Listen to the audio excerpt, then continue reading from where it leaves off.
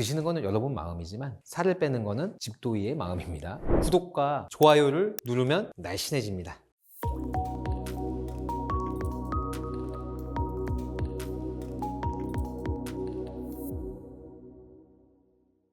원장님께서는 수많은 지방 흡입 수술을 집도해 보셨잖아요. 네. 원장님도 진짜 혹시 지방 흡입 수술을 하고 싶은 마음이 있으신가요?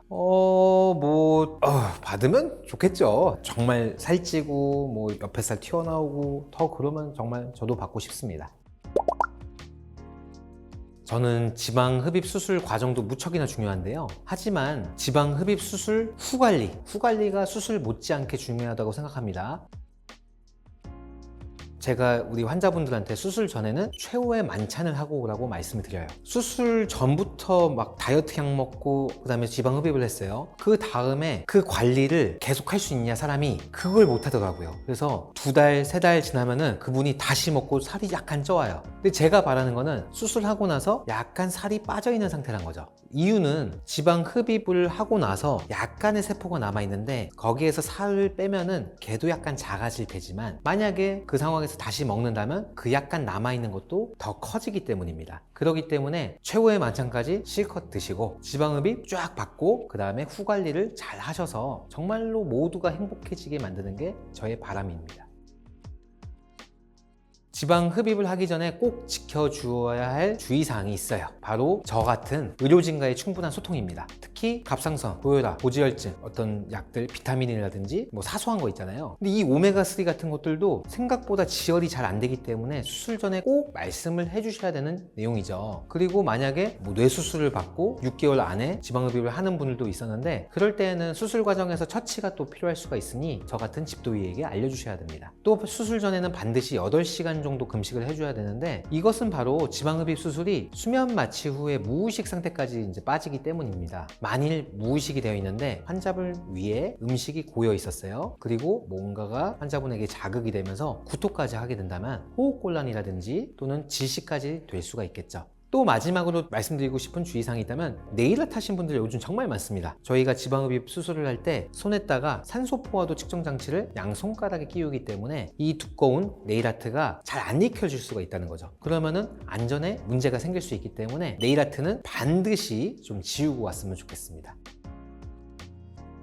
지방흡입 수술은 아무래도 저 같은 경우는 5에서 6mm의 최소 상처를 낸 뒤에 지방을 흡입해주는 방식으로 진행되다 보니까 수술 후에 멍이나 붓기가 어느 정도 남아있을 수 있습니다. 지방 흡입을 하게 되면 피부 속에 상처가 나요. 우리가 이 바깥쪽에 약간 상처가 나면은 바깥쪽으로 딱지가 지면서 상처를 낳게 하는 기전이 이 피부 속에도 발생을 합니다. 그렇기 때문에 어느 정도 붓기가 발생할 수가 있죠. 또 수술 시 사용되는 투메센트 용액이 약간 고여 있거나 피가 차는 경우가 있어요. 혈종이라고 부르는 건데 걔네들이 이 빨간 부분이 없어지고 나서 장액종이라는 것들이 발생하기도 하고요. 또는 다른 부종이 발생하기도 합니다. 근데 이는 너무나도 자연스러운 현상이고 사실 약간의 장액종이 전반적으로 끼는 거는 다 흡수가 됩니다. 그래서 자연스럽게 호전이 되는 현상들이 있으니 너무 걱정하지 마셨으면 좋겠어요. 단지 수술 한 2주 반, 3주 차부터는 피부 이렇게 눌러보면은 바이오본드라 그래서 바깥쪽에 상처가 나면 딱지가 지면서 이제 낫는 것들이 있는데 그게 속에 융합돼서 되는 그런 부분들을 바이오본드라고 부르는 부분이 있습니다. 피부가 얇은 분들은 바깥쪽으로 그게 약간 울퉁불퉁하게 보이기도 합니다.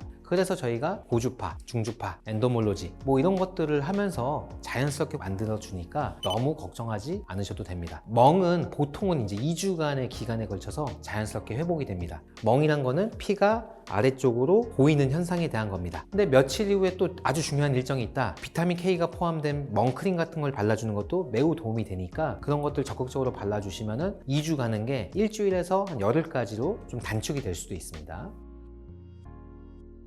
원장님, 제가 또 질문이 있는데요. 지방 흡입 수술 후에 요요 현상이 나타나진 않나요? 지방 흡입 후에 요요 현상이 생길 수가 있어요. 그래서 여러분들께 반드시 설명드리고 싶었습니다. 지방 흡입 수술을 받고 나 몸 작아졌네? 자, 떡볶이 먹자, 햄버거 먹자, 술도 한 잔 더 해야지. 이러다 보면 금세 몸무게가 다시 불어나고 수술한 부위는 별로 안 찌는데 나머지 부위가 다시 쪄서 저한테 다시 오실 수 있습니다. 사실은 운동을 하기 싫어서 저한테 이제 오셨는데 똑같은 얘기예요. 다시 운동하시고 운동하셔라. 근데 안 그럴 수가 없습니다. 사람은 적절한 운동과 또 유산소 운동, 그러고 나서 적절한 식사, 이 모든 게 나의 체중 관리의 가장 중요한 요소다. 시기가 70%고 근육 운동 또는 유산소 운동이 30%예요. 그렇기 때문에 환자분들이 원하시는 체중을 유지하려면 이 7대3 원칙을 반드시 기억해 주시고, 수술하고 언제 운동을 합니까? 라고 물어보시는 분들이 많은데, 보통 바이오본드가 한 3개월에서 4개월 사이에 빠지는 걸 많이 보는데, 그 운동을 처음부터 하시는 분들은 보통 2달 반에서 3개월에 모든 것들이 끝납니다. 그렇기 때문에 저는 더욱더 적극적으로 운동을 하시는 걸 추천드립니다. 그리고 식습관에서도 중요한 거는 주무시기 전에 6시간에서 8시간 전에는 절대 과식은 금물이다 라고 말씀드리고 싶습니다. 드시는 거는 여러분 마음이지만 살을 빼는 거는 집도의의 마음입니다. 그래서 요요를 예방하겠다 그래서 너무 무리하게 운동을 하거나 너무 무리한 식단 조절을 하면 건강에 무리가 될 수 있으니 적당히 하는 거 기억해 주세요.